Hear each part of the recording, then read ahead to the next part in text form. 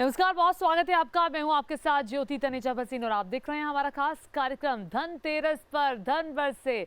जी हाँ, आज हमारे साथ मौजूद है पंडित राजकुमार शास्त्री जी, जो धनतेरस के महत्व के बारे में हमें बताएंगे। पंडित जी, बहुत स्वागत है आपका। प्रणाम। देखिए, खुशियां घर लाने का दिन है धनतेरस, वो शुभ दिन जब सुख समृद्धि के साथ देवी लक्ष्मी हमारे घरों में प्रवेश करती हैं। धनतेरस के दिन दीपों के त्योहार दीपावली का औपचारिक आगाज भी माना जाता है। धनतेरस का दिन सिर्फ धन ही नहीं बल्कि स्वास्थ्य के लिए भी बेहद अहम माना जाता है। लेकिन आमतौर पर आज के दिन गहनों बर्तनों की खरीदारी का विशेष महत्व माना जाता है। धनतेरस पर कैसे होगी धन की वर्षा, ये जानेंगे। लेकिन शो की शुरुआत में सबसे पहले हम पंडित राजकुमार शास्त्री जी से ये जानेंगे कि धनतेरस का हमारे जीवन में कितना महत्व है। पंडित जी, प्लीज बताएं हमारे दर्शकों को। धनतेरस का त्यौहार कार्तिक मास के कृष्ण पक्ष की त्रयोदशी को मनाया जाता है। देखिए, देवी महालक्ष्मी और कुबेर का पूजन धनतेरस के दिन होता है। वहीं धनतेरस की शाम को परिवार की सुख समृद्धि के लिए यम देवता का पूजन भी किया जाता है और यम देवता के लिए दीपदान किया जाता है। समुद्र मंथन के समय धनवंतरी ने संसार को आरोग्यता के लिए अमृत प्रदान किया और उन्होंने ही धनतेरस के दिन आयुर्वेद का प्रादुर्भाव किया था। इसलिए धनवंतरी को आयुर्वेद के प्रवर्तक माना जाता है, जिसमें मानव जाति का कल्याण हो रहा है और वो निरोगी स्वस्थ होकर के अपना जीवन यापन कर रहे हैं। तो बहुत ही खूबसूरत शब्दों में पंडित जी ने हमें बताया कि आखिर हम सबकी जिंदगी में धनतेरस का महत्व क्या है। लेकिन एक और बहुत ज़रूरी सवाल जो हमारे दर्शक का बेसब्री से जानना चाहेंगे कि धनतेरस के दिन पूजा का विधि विधान क्या हो। जी देखिए ज्योति जी, मैं आपको बतलाता हूँ कि धन त्रयोदशी में पूजा का विधि विधान क्या है। लेकिन सबसे पहले मैं आपको बतलाता हूँ कि धन त्रयोदशी की पूजा का शुभ मुहूर्त क्या है। बिल्कुल। सायंकाल में प्रदोष काल है, जिसका समय 5:32 से आरंभ होकर के और रात्रि के 8:10 तक ये समय चलेगा जी। दूसरा समय है जिसको हम वृषभ काल कहते हैं। वृषभ काल का समय है 6:18 से 8:13 तक। यह दो समय हैं। इसमें आप भगवान धनवंतरी का पूजन करें, भगवान कुबेर जी का पूजन करें और देवी लक्ष्मी का आवाहन करें और भगवान यम देवता का पूजन भी इसी विधान के साथ में। और उसका समय अलग है जो कि मैं नरक चतुर्दशी की स्थिति पर बतलाऊंगा। जी, तो शुभ मुहूर्त हमारे दर्शकों ने जान लिया। लेकिन फिर वही सवाल कि पूजा की विधि क्या हो, क्या क्या सामान और किस मंत्र का जाप किया जाए। पूजा में सबसे महत्वपूर्ण होता है संकल्प, और इस संकल्प में हम तिथि के नाम का उच्चारण करना आवश्यक है। साथ में अपने नाम का उच्चारण करना है और अपने गोत्र का उच्चारण करना है। जिस मनोकामना को लेकर के आप यह पूजा कर रहे हैं, अपनी मनोकामना की संपूर्ण अरदास भगवान धनवंतरी के चरणों में लगाना है, कुबेर जी के चरणों में लगाना है। इस प्रकार से जब आपका संकल्प पूरा हो जाएगा, संकल्प पूरा करने के बाद पंचोपचार षोडशोपचार पूजन करना है। अब मैं आपको बतलाता हूँ कि आपने पूजा के समय में किन मंत्रों का उच्चारण करना है। यह मंत्र बड़े महत्वपूर्ण होते हैं। सभी देवताओं की पूजा एक समान ही होती है, सामग्री भी लगभग एक समान होती है, अंतर होता है मंत्रों में। तो मैं आपको बतलाता हूँ सबसे पहले भगवती लक्ष्मी का वह महामंत्र जिसका उच्चारण करने से निरंतर आपके घर में धन की वृद्धि होती रहेगी। भगवती लक्ष्मी का मंत्र है ओम श्रीम ह्रीम श्रीम कमले कमलालये प्रसीद प्रसीद श्रीम ह्रीम श्रीम ओम महालक्ष्मी नमः। इस मंत्र का उच्चारण करने से निरंतर आपके घर में धन की वृद्धि होगी। भगवती लक्ष्मी का निवास आपके घर में परमानेंट स्थायी रूप से बना रहेगा। अब मैं बतलाता हूँ आपको भगवान कुबेर का वह मंत्र जिसमें आपकी धन से संबंधी रुकी हुई सारी समस्याएं दूर हो जाएंगी। भगवान कुबेर का मंत्र है ओम यक्षाय कुबेराय वैश्रवणाय धन धान्याधिपतये धन धान्य समृद्धि में देहि देहि दापय दापय स्वाहा। यह भगवान कुबेर का मंत्र है। कुबेर यद्यपि यक्षराज हैं, यक्ष हैं, लेकिन शास्त्रों में यक्षों की पूजा का विधान भी बतलाया हुआ है। और भगवान शिव की आराधना करने से वह धन के अधिपति बन गए। इसलिए शास्त्र कहते हैं धन प्राप्ति के लिए कुबेर मंत्र का ही जाप करना चाहिए। अब मैं आपको आरोग्यता की प्राप्ति के लिए धनवंतरी के मंत्र को बतलाता हूँ। वह मंत्र यदि आपके पास में कागज पेन है नोट कर लीजिए। मंत्र ओम श्री धनवंतरी स्वरूप श्री श्री श्री औषध चक्राय नारायणाय नमः। एक और मंत्र है ओम नमो भगवते धनवंतरे अमृत कलश हस्ताय सर्व आपद विनाशाय त्रिलोकनाथाय श्री महाविष्णवे नमः। इस मंत्र का उच्चारण करने से मन्नात्रायते इति मंत्रः, मन ही मन में जिसका उच्चारण करने से सारी समस्याओं का समाधान हो जाए उसको मंत्र कहते हैं। यह ध्यान रखें कि घर की उत्तर दिशा में सायंकाल के समय इस पवित्र मंत्र का उच्चारण करना है और ऐसा करने से आपकी समस्याएं अवश्य रूप से दूर होंगी। और देखिए एक और परंपरा है जो धनतेरस के दिन है यम दीपक जलाए जाने की। कहते हैं कि घर के बाहर दहलीज पर आप एक यम दीपक जलाते हैं। ये क्यों जलाते हैं पंडित जी और सही वक्त क्या है इसको जलाने का? ज्योति जी देखिए, यम दीपक जलाना हमारे लिए बहुत आवश्यक है क्योंकि मनुष्य का जीवन अनेक प्रकार के कर्मों से घिरा हुआ है और मनुष्य अपने द्वारा किए गए कर्मों का फल सुख या दुख के रूप में प्राप्त करता है। यमदेव स्वयं भगवान सूर्य के पुत्र हैं, इसलिए यमदेव का पूजन करने से मृत्यु के उपरांत अपने कर्म का दंड यम देवता उसको नहीं देते हैं, वह प्रसन्न होते हैं। इसलिए यम दीप दान का सबसे पहले मैं आपको बतलाता हूँ कि यम दीप दान का सही समय क्या है। यम दीप दान का समय है सायंकाल के समय 5:35 से आरंभ होकर के 6:35 तक रहेगा। यह यम दीप दान का समय है। अपने घर के मुख द्वार पर 4 मुख वाला दिया देहली के दोनों तरफ लगा करके और 2 दीप दान करें।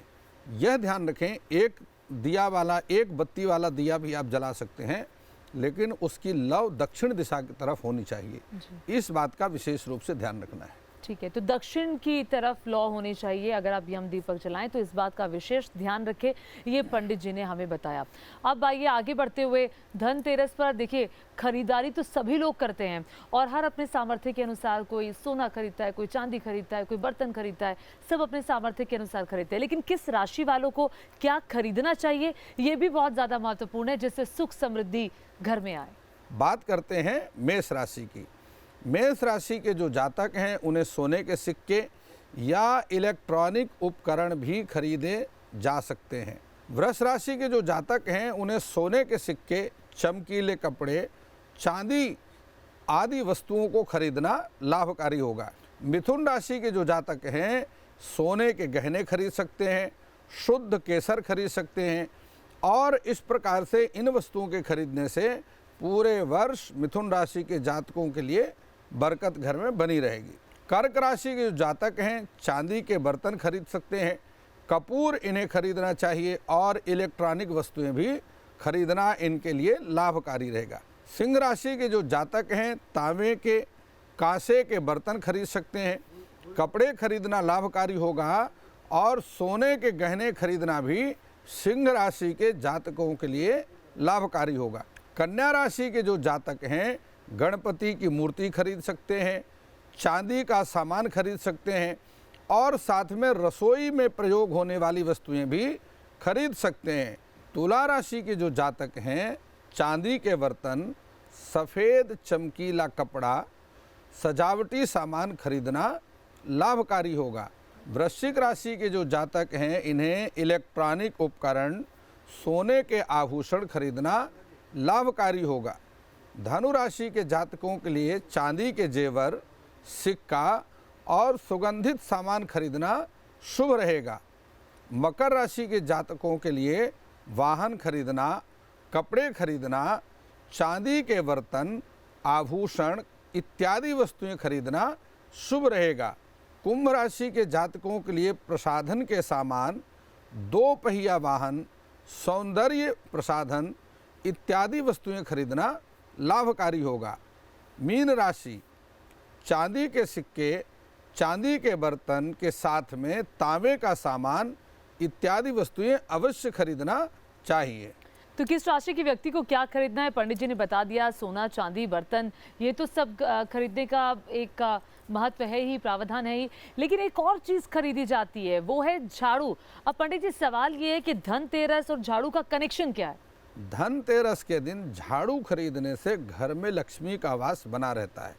अगर आप आर्थिक परेशानी का सामना कर रहे हैं तो इस धनतेरस में झाड़ू को जरूर खरीदें और उससे जुड़ी इन जो सारी मान्यताएं हैं उनको भी ध्यान से समझ लीजिए। पहली बात यह है कि धनतेरस पर झाड़ू खरीदी गई, जिससे पहला नियम कहता है कि जब आप उसे खरीद करके अपने घर लाएं तो उसके हैंडल पर एक सफ़ेद रंग का धागा अवश्य बांधें। ऐसा करने से माँ लक्ष्मी आपके घर में स्थिर बनी रहेगी।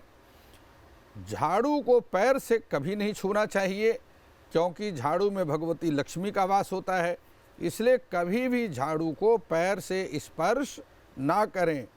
धनतेरस के दिन एक साथ 3 झाड़ू खरीदना चाहिए। ऐसा करने से यह एक बहुत अच्छा शगुन होता है, शुभ होता है। और इस बात का ध्यान रखें कि कभी भी सम संख्या में झाड़ू नहीं खरीदना चाहिए। सम संख्या का मतलब 2, 4 इस प्रकार से झाड़ू नहीं खरीदना चाहिए। दिवाली के दिन मंदिर में झाड़ू का दान करना यह बेहद लाभकारी होता है। ऐसा करने से अपने घर में स्थायी रूप से लक्ष्मी का निवास बना रहता है। ऐसा तभी होता है जब आप झाड़ू को मंदिर में सूर्योदय से पहले दान करते हैं। और एक बात का अवश्य ध्यान रखें कि दान किया जाने वाला झाड़ू धनतेरस के दिन के पहले से खरीदना होगा और धनतेरस के दिन उसको दान करना है। ये नहीं कि धनतेरस को ही खरीद कर और उसी दिन दान करें, उससे पहले झाड़ू को खरीदना है और धनतेरस के दिन उसको मंदिर में दान करना है। तो आपने जाना कि धनतेरस के दिन झाड़ू खरीदने से कितना सारा धन आपके घर में आ सकता है। आइए अब जानते हैं धनतेरस का वो कौन सा महा उपाय है जिन्हें करने से आपके घर भी बरसेगा धन। पंडित जी बताएं। मैं आपको धनतेरस के 13 महा उपाय बताता हूँ, जिसे करने से आपको कभी भी धन की कमी नहीं होगी। पहला महा उपाय है जो आप नोट कर लीजिए। आप कागज पेन लेकर के बैठे हैं तो आप इन सारे 13 उपाय को ध्यान से नोट कर लें। सायंकाल को 13 दीपक जला करके तिजोरी में कुबेर का पूजन करें, धन लाभ होगा। और 13 कौड़ियों का पूजन करें, उसे घर के करने के बाद उसे अचानक धन का लाभ होगा। उसको धन स्थान पर स्थायी रूप से स्थापित कर दें। 3 दिनों तक माँ लक्ष्मी को पूजा में 1 जोड़ा लौंग चढ़ाएं, रुका हुआ आपका धन वापस आएगा। चीनी, बतासा या सफ़ेद कपड़े का दान करने से धन की कमी नहीं रहती है, क्योंकि इन सफ़ेद वस्तुओं का संबंध चंद्रमा के साथ होता है और इससे मन को शांति भी मिलती है, क्योंकि चंद्रमा मन का कारक है। किन्नरों को दान देने से साथ ही यह ध्यान रखें कि 1 सिक्का मांग लें। किन्नर को पहले उस दान करें और उससे 1 सिक्का वापस मांग लीजिए। उस सिक्के को ले जा करके अपने घर के तिजोरी में रखें। यदि आपके धन व्यापार में हानि हो रही है तो वो बंद हो जाएगी। केले का पौधा लगाएं। पेड़ के बढ़ने के साथ साथ ही जैसे जैसे वह केले का पौधा बढ़ता जाएगा, आपके घर में धन की वृद्धि होती रहेगी। दक्षिणावर्ती शंख से घर में जल का छिड़काव करें। शंख को समुद्र से निकला है, इसलिए भगवती लक्ष्मी को अत्यंत प्रिय है। उस घर में हमेशा लक्ष्मी का वास बना रहता है। पीपल के 5 पत्ते पीले चंदन से रंग करके और उनको जल प्रवाहित कर दें, धन का खर्च कम होगा। गूलर की 11 पत्तियां मौली से बांध करके बरगद में बांध दें, आर्थिक स्थिति आपकी मजबूत होगी। महालक्ष्मी यंत्र का पूजन करें, विधि विधान से पूजन करें और उस महालक्ष्मी यंत्र को घर के मंदिर में स्थापित कर दें। धन की वृद्धि होगी। साबुत धनिया से कुबेर लक्ष्मी का पूजन करें। धनिया को बगीचे में बो दें, इससे आपको धन लाभ होगा। उस थोड़ी धनिया को अपने तिजोरी में भी या धन स्थान में स्थापित कर दें। नई झाड़ू खरीद करके उससे सफाई करें, शुभ और लाभ दोनों की प्राप्ति होगी। 13 चांदी के सिक्के और हल्दी की गांठ का पूजन करके उसको तिजोरी में स्थापित करें, धन हानि की समस्या समाप्त हो जाएगी। तो देखिए, आपने जाना कि यम दीपक जलाने का महत्व क्या होता है, लेकिन एक और सवाल है। कई लोगों के जहन में होगा कि इस दिन अकाल मृत्यु से बचने के उपाय के तौर पर एक मंत्र का भी जाप करना चाहिए। वो महा उपाय, वो अचूक मंत्र कौन सा हो? जी देखिए ज्योति जी, मैं आपको बतलाता हूँ। मनुष्य की जो आयु है वह 3 प्रकार की आयु होती है: अल्पायु, मध्यम आयु और पूर्ण आयु। पूर्ण आयु से पहले ही मृत्यु को प्राप्त हो जाना, यह अकाल मृत्यु कहलाती है। तो शास्त्रों में अकाल मृत्यु से बचने के लिए धन त्रयोदशी के दिन महामृत्युंजय मंत्र के जाप का विधान बताया है। यदि आप धन त्रयोदशी के दिन और यम दीपदान के उपरांत अपने घर के अथवा मंदिर में बैठ करके महामृत्युंजय मंत्र का जाप करते हैं अथवा महामृत्युंजय कवच का पाठ करते हैं, तो निश्चित रूप से अकाल मृत्यु से छुटकारा मिल जाता है और वह व्यक्ति अपनी पूर्ण आयु को प्राप्त करता है। तो पंडित जी से आपने जाना कि आखिर धनतेरस पर धन की वर्षा घर में कैसे हो। बहुत सरल उपाय पंडित जी ने आपसे साझा किए हैं। बहुत शुक्रिया पंडित जी, ये सरल उपाय हमारे दर्शकों तक पहुंचाने के लिए, उनको बताने के लिए। देखिए, धनतेरस के मौके पर खुशियों को घर लाने की परंपरा होती है और कहते हैं कि धनतेरस के दिन नई चीजें खरीदने से परिवार में सुख, समृद्धि और खुशियां बनी रहती है। मान्यता तो ये भी है कि धन की देवी लक्ष्मी धनतेरस के दिन ही परिवार में प्रवेश कर अपनी कृपा भक्तों पर बरसाती है। ऐसे में खुशियों की खरीदारी के लिए धनतेरस से अच्छा शायद ही कोई दिन हो सकता है। आप सभी को धनतेरस की ढेरों ढेरों बधाइयां, बहुत बहुत शुभकामनाएं। नमस्कार।